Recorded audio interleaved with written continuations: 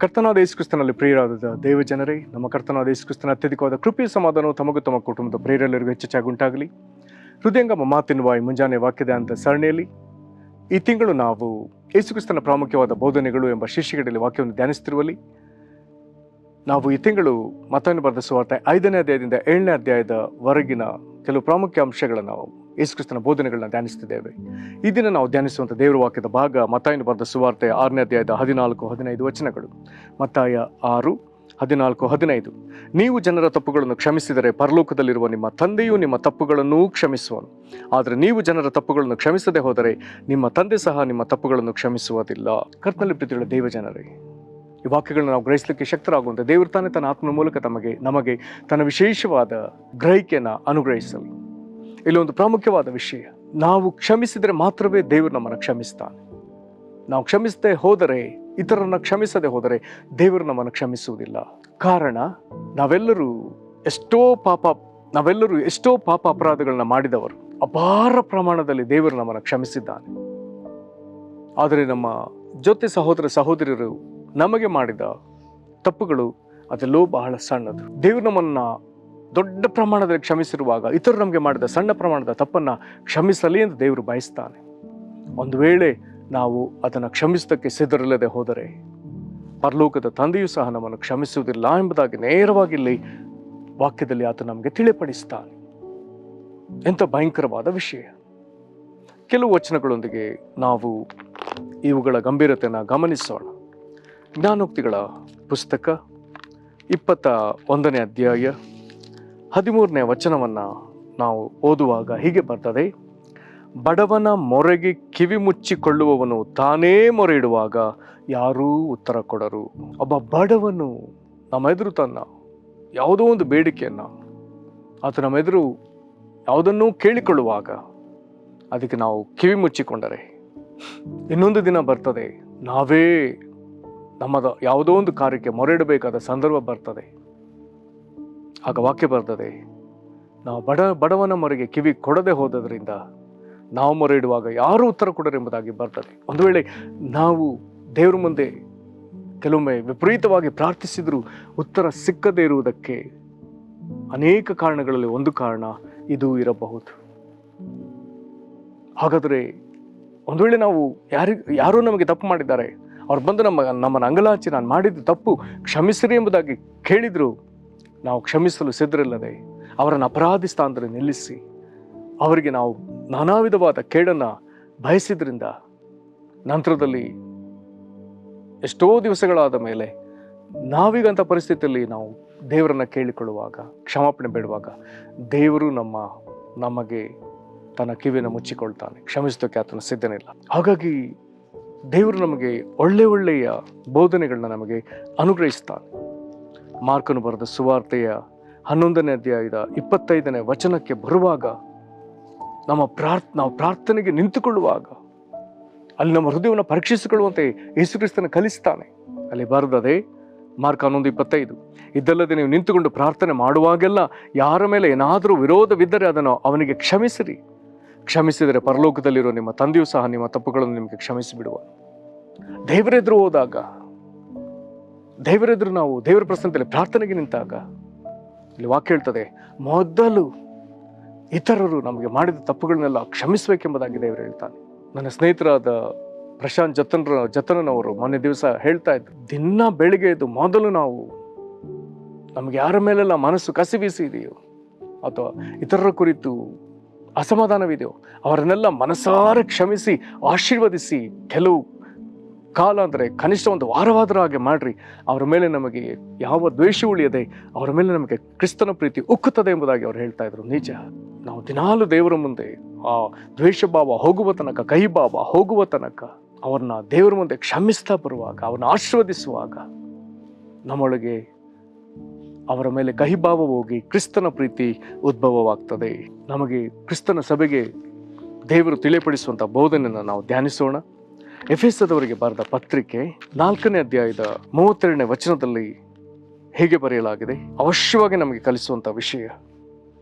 ನಮಗೆ ಅದು ಪತ್ರಿಕೆ 4ನೇ ಅಧ್ಯಾಯದ ಕೊನೆಯ ವಚನ ಮತ್ತು 5ನೇ ಅಧ್ಯಾಯದ ಮೊದಲನೇ ವಚನದಲ್ಲಿ ಸೇರಿ ನಮಗೆ ಅದು ಸಿಗ್ತದೆ. ಅಲ್ಲಿ ಹೀಗೆ ಬರ್ತದೆ, ಒಬ್ಬರಿಗೊಬ್ಬರು ಉಪಕಾರಿಗಳಾಗಿಯೂ ಕರುಣೆಯುಳ್ಳವರಾಗಿಯೂ ಕ್ಷಮಿಸುವವರಾಗಿಯೂ ಇರ್ರಿ. 5ನೇ ಅಧ್ಯಾಯದ ಮೊದಲನೇ ವಚನ, ದೇವರು ನಿಮಗೆ ಕ್ರಿಸ್ತನಲ್ಲಿ ಕ್ಷಮಿಸಿದ್ದಾನಲ್ಲ, ಆದುದರಿಂದ ದೇವರ ಪ್ರಿಯರಾದ ಮಕ್ಕಳಿಗೆ ತಕ್ಕ ಹಾಗೆ ಆತನನ್ನು ಅನುಸರಿಸುವವರಾಗಿರ್ರಿ. ದೇವರು ನಮ್ಮನ್ನು ಕ್ರಿಸ್ತನಲ್ಲಿ ಕ್ಷಮಿಸಿದ್ದಾನೆ. ಈ ಕಾರಣದಿಂದ ನಾವು ಇತರನ ಕ್ಷಮಿಸಲೇಬೇಕು. ಇನ್ನೊಂದು ಪ್ರಾಮುಖ್ಯವಾದ ಬೋಧನೆ ಕೊಲೊಸೆ ಪತ್ರಿಕೆಯಲ್ಲಿ, ಕೊಲೊಸೆ 3:13 ಮತ್ತೊಬ್ಬನ ಮೇಲೆ ತಪ್ಪು ಹೊರಿಸುವುದಕ್ಕೆ ಕಾರಣವಿದ್ದರೂ ತಪ್ಪು ಹೊರಿಸದೆ ಒಬ್ಬರಿಗೊಬ್ಬರು ಸೈರಿಸಿಕೊಂಡು ಕ್ಷಮಿಸಿರಿ, ಕರ್ತನು ನಿಮ್ಮನ್ನು ಕ್ಷಮಿಸಿದಂತೆಯೇ ಕ್ಷಮಿಸಿರಿ. ಕ್ರಿಸ್ತ ನಮ್ಮನ್ನು ಕ್ಷಮಿಸಿದ್ದಾನಲ್ಲ. ಕೆಲವು ಕಡೆಯಲ್ಲಿ ಕರ್ತನು ಎನ್ನುವಂಥ ಭಾಗದಲ್ಲಿ ಕ್ರಿಸ್ತನು ಎಂಬುದಾಗಿ ಬರೆಯಲಾಗಿದೆ. ಹಾಗಾದರೆ ಕ್ರಿಸ್ತನು ನಮ್ಮನ್ನು ಕ್ಷಮಿಸಿದ್ದಾನೆ. ನಮ್ಮ ಮೇಲೆ ತಪ್ಪು ಹೊರಿಸುವುದಕ್ಕೆ ಆತನಿಗೆ ಎಲ್ಲಾ ವಿಧದಲ್ಲಿ ಹಕ್ಕಿದೆ, ಕಾರಣಗಳಿವೆ, ಸರಿಯಾದ ಕಾರಣಗಳಿದೆ. ಆದರೆ ದೇವರು ಹಾಗೆ ಮಾಡದೆ ನಮ್ಮನ್ನು ಕ್ಷಮಿಸಿದ್ದಾನೆ. ಈ ಕಾರಣದಿಂದ ಇತರರ ಮೇಲೆ ತಪ್ಪು ಹೊರಿಸದೆ ಅವನ್ನ ಸಹಿಸಿಕೊಂಡು ಕ್ರಿಸ್ತನು ಕ್ಷಮಿಸಿದಂತೆ, ಕರ್ತನು ಕ್ಷಮಿಸಿದಂತೆ ಕ್ಷಮಿಸಿರಿ ಎಂಬುದಾಗಿ ದೇವರ ವಾಕ್ಯ ಹೇಳ್ತಾ ಇದೆ. ಇನ್ನೊಂದು ದೊಡ್ಡ ಆಪತ್ತಿನಿಂದ ತಪ್ಪಿಸುವಂತಹ ಬೋಧನೆಯೊಂದನ್ನ ನಾವು ಯಾಕೋಬನ ಪತ್ರಿಕೆಯಲ್ಲಿ ಓದ್ತೇವೆ.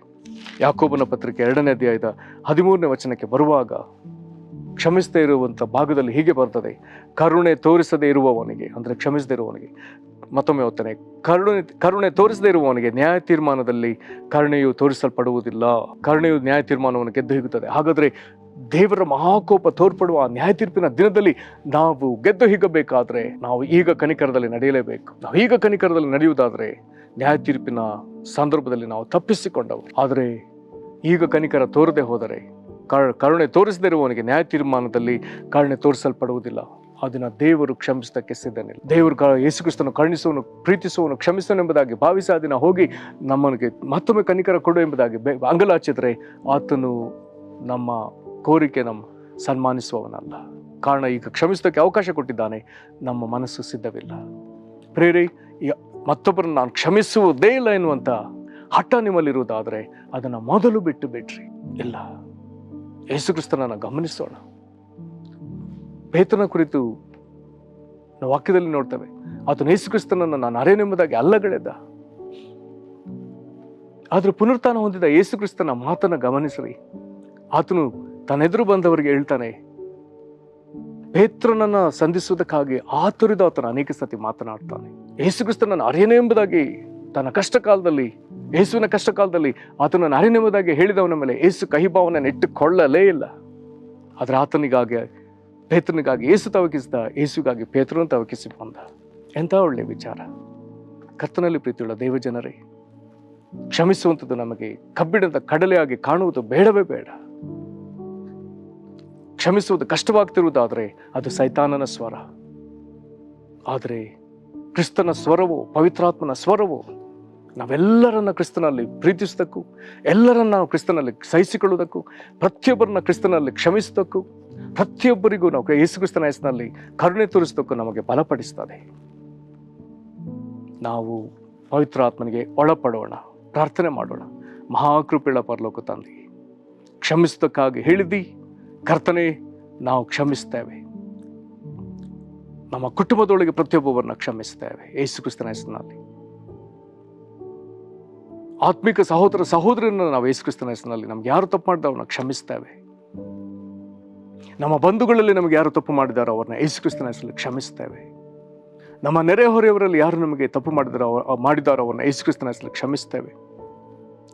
ನಮ್ಮ ಸಮಾಜದಲ್ಲಿ ಪರಿಚಯ ಇರುವವರು, ಪರಿಚಯ ಇಲ್ಲದವರು ಯಾರು ನಮಗೆ ತಪ್ಪು ಮಾಡಿದ್ದಾರೋ ಅವ್ರು ನಾವು ಯೇಸು ಕ್ರಿಸ್ತನ ಹೆಸರಲ್ಲಿ ಕ್ಷಮಿಸ್ತೇವೆ.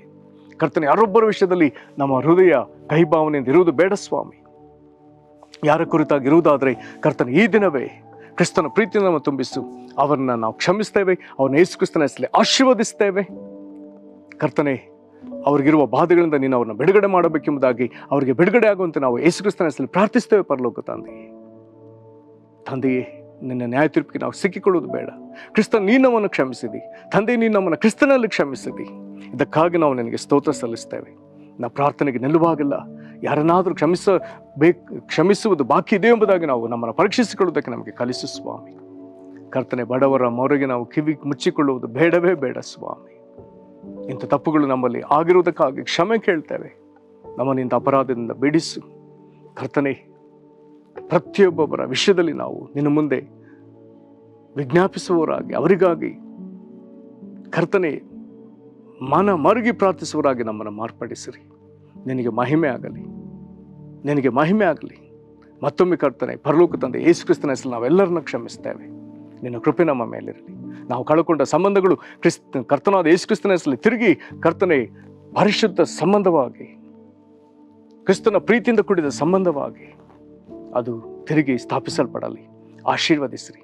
ಯೇಸು ಕ್ರಿಸ್ತನ ಹೆಸರಲ್ಲಿ ಬೇಡಿದೆವು ನಮ್ಮ ತಂದೆಯೇ, ಆಮೇನ್. ಕರ್ತನ ನಿಮ್ಮನ್ನು ಆಶೀರ್ವದಿಸಲಿ. ಬಂದರೆ